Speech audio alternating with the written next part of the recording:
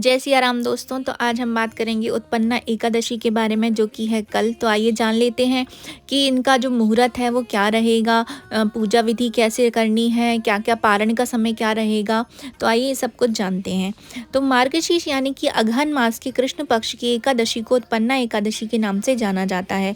सभी एकादशियों की तरह उत्पन्ना एकादशी भी श्री हरि विष्णु को समर्पित होती है।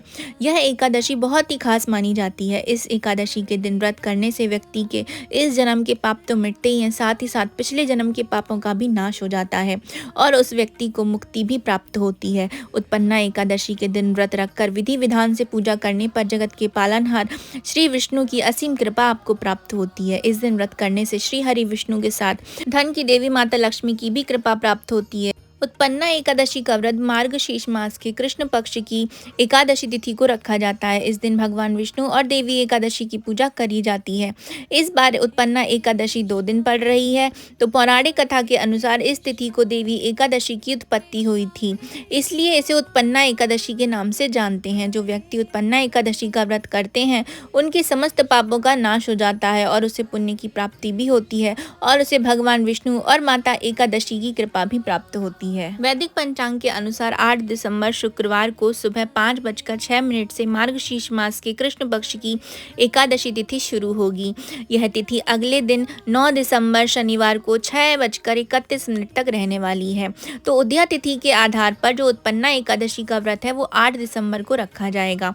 उस दिन फिर गृहस्थ लोग उत्पन्ना एकादशी का व्रत रखेंगे और पूजा पाठ भी करेंगे, जबकि वैष्णव जन जो है उत्पन्ना एकादशी का व्रत 9 दिसंबर को रखेंगे। तो गृहस्थ जो जीवन में जो लोग हैं उनको मतलब एकादशी का व्रत कब रखना है, उसका मुहूर्त क्या रहेगा, चलिए जान लेते हैं। तो 8 दिसंबर को उत्पन्ना एकादशी का व्रत गृहस्थ जन रखेंगे। उस दिन सौभाग्य और शोभन योग बन रहे हैं, जबकि हस्त और चित्रा नक्षत्र रहेगा। सौभाग्य योग प्रातः काल से लेकर देर रात 12:05 तक रहेगा। उसके बाद से शोभन योग लग जाएगा। उस दिन का जो शुभ मुहूर्त है या अभिजीत मुहूर्त जो रहेगा वो 11:52 से दोपहर के 12:34 तक रहने वाला है। तो गृहस्थों के लिए जो पारण का समय रहेगा वो कब का है। तो गृहस्थों के लिए उत्पन्ना एकादशी व्रत का जो पारण समय है वो 9 दिसंबर शनिवार को दोपहर के 1:16 से लेकर दोपहर के 3:20 तक का आप पारण कर सकते हैं। उस दिन हरिवासर का समापन जो है वो दोपहर को 12:41 पर होगा और हरिवासर के समापन के बाद ही जो है वो एकादशी व्रत का पारण को कर सकते हैं। आइए अब जानते हैं कि उत्पन्ना एकादशी का व्रत वैष्णव जन के लिए उनके लिए मुहूर्त क्या रहेगा। तो वैष्णव जन जो हैं वो उत्पन्ना एकादशी का जो व्रत है वो 9 दिसंबर को रखेंगे। उस दिन प्रातः काल से ही शोभन योग बन रहा है, जो रात को 11:30 तक रहेगा। चित्रा नक्षत्र प्रातः काल से लेकर सुबह 10:43 तक रहने वाला है। उसके बाद से स्वाति नक्षत्र लग जाएगा। 9 दिसंबर को द्विपुष्कर योग और सर्वार्थ सिद्धि योग बन रहे हैं। द्विपुष्कर योग सुबह 7:02 से लेकर सुबह 10:43 तक रहेगा। इस समय में आप एकादशी की पूजा कर सकते हैं। व्रत वाले दिन सर्वार्थ सिद्धि योग सुबह 10:43 से अगले दिन 10 दिसंबर को सोमवार को सुबह 7:03 तक का रहेगा। वैष्णव जन के लिए जो पारण का समय है वो क्या रहेगा, चलिए जान लेते हैं। जो लोग 9 दिसंबर को व्रत रखेंगे वे 10 दिसंबर को सुबह 7:03 से सुबह 7:13 के बीच अपना पारण कर सकते हैं। उस दिन के लिए जो पारण का समय रहेगा वो मात्र 10 मिनट ही रहने वाला है।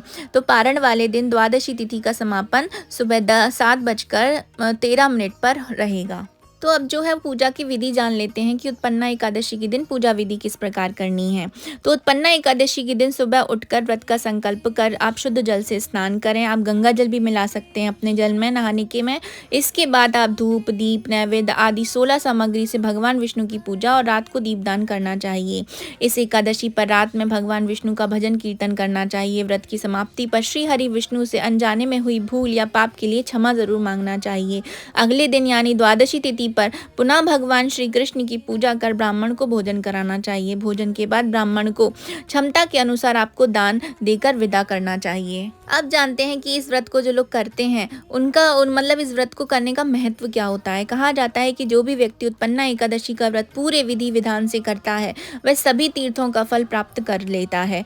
साथ ही इस व्रत के दिन दान करने से लाख गुना शुभ फल की प्राप्ति होती है। उत्पन्ना एकादशी का व्रत रखने से व्यक्ति के सभी प्रकार के पापों का नाश नाश हो जाता है इस व्रत को करने से। अश्वमेध यज्ञ, तीर्थ स्नान व दान आदि करने से भी ज़्यादा पुण्य मिलता है। तो ये महत्वता है उत्पन्ना एकादशी के दिन व्रत करने की। भगवान का अगर आप जागरण कर सकते हैं रात को तो वो तो बहुत ही ज़्यादा उत्तम माना गया है। तो ये थी मेरी छोटी सी जानकारी उत्पन्ना एकादशी व्रत को लेकर। आपको कैसी लगी कमेंट बॉक्स में ज़रूर बताइएगा और प्लीज़ मेरे चैनल को लाइक कीजिए, सब्सक्राइब कीजिए, ज़्यादा से ज़्यादा शेयर कीजिए।